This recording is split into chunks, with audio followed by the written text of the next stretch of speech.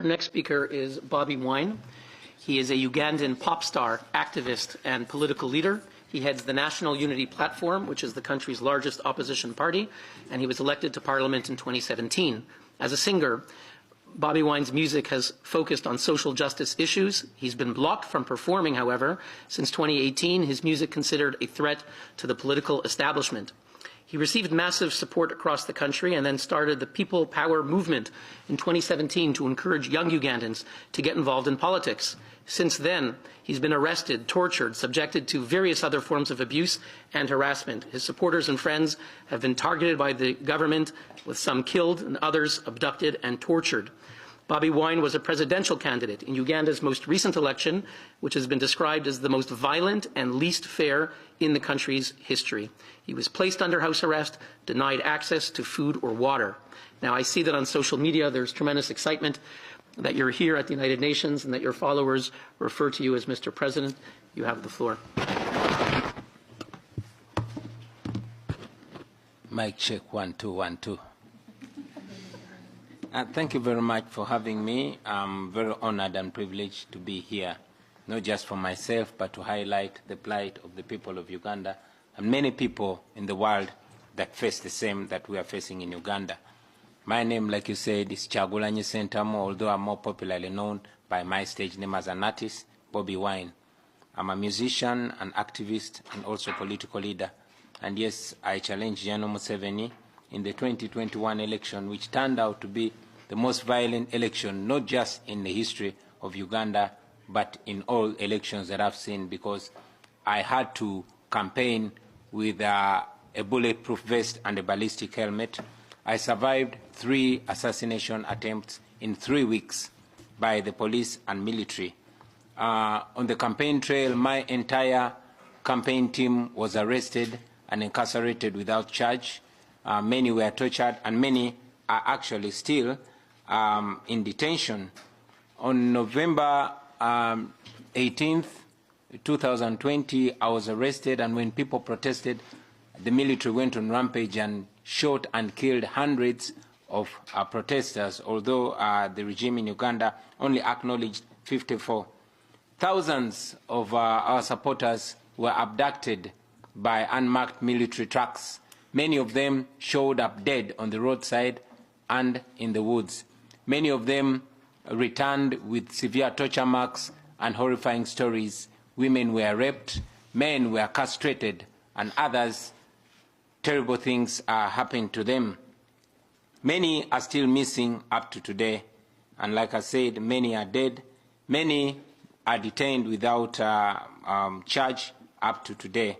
This did not just happen and stopped in the campaign season. It is still going on as we speak right now. Many political prisoners are held without charge, and this includes 2 members of parliament from my party and a young mother who was taken away and left her breastfeeding baby behind. I could go on and on and on, but it's important for me to highlight that as we speak right now, the mineral-rich region of Karamoja is facing bombardment. Hundreds of extrajudicial killings are ongoing. Houses are being burnt and women are being raped. All that is because that region supported us overwhelmingly and is facing the wrath of the military, which is commanded by the son of General Museveni. I could go on and on and on about the plight of the people of Uganda, but now that I'm here, I want to use this opportunity to request the world for attention. Every time we speak, because we cannot find justice in Uganda by local methods, we tend to highlight our plight to the international community, although when we do that, General Museveni brands us as agents of the West and agents of colonialism. But I request the world for attention. If we get just a fraction of the attention that other regions get, we believe that would be a healing process for us, ladies and gentlemen. Just like Putin is doing in Ukraine, just like Putin has been tolerated by the international community, General Museveni has been tolerated for far too long.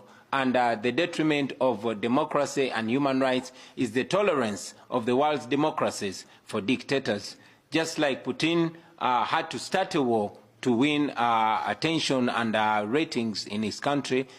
Just last month, Uganda faced a verdict from the International Court of Justice, having raided the Democratic Republic of Congo and plundering and murdering and raping women there. Now the taxpayer of Uganda has to pay more than $200 million to settle that which was caused by General Museveni. Uganda depends largely on international aid, and it's sad that the international community continues to have cooperation and to shake General Museveni's blood-stained hand. We have constantly called for sanctions. We've called for the same standard of human rights in Uganda.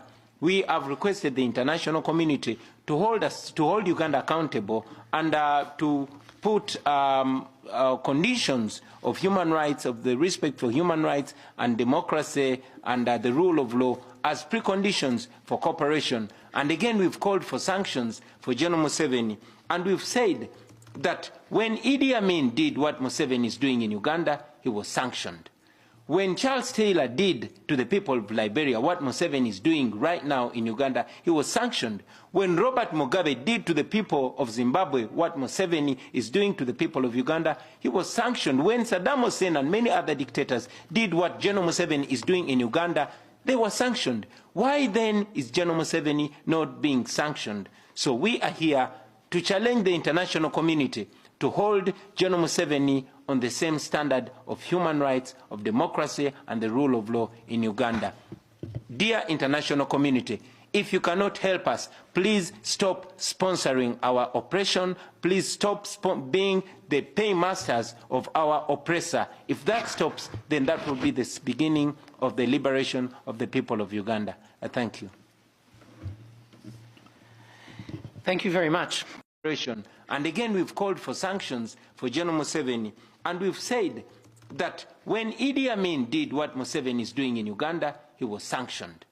When Charles Taylor did to the people of Liberia what Museveni is doing right now in Uganda, he was sanctioned. When Robert Mugabe did to the people of Zimbabwe what Museveni is doing to the people of Uganda, he was sanctioned. When Saddam Hussein and many other dictators did what General Museveni is doing in Uganda, they were sanctioned. Why then is General Museveni not being sanctioned? So we are here to challenge the international community to hold General Museveni on the same standard of human rights, of democracy, and the rule of law in Uganda.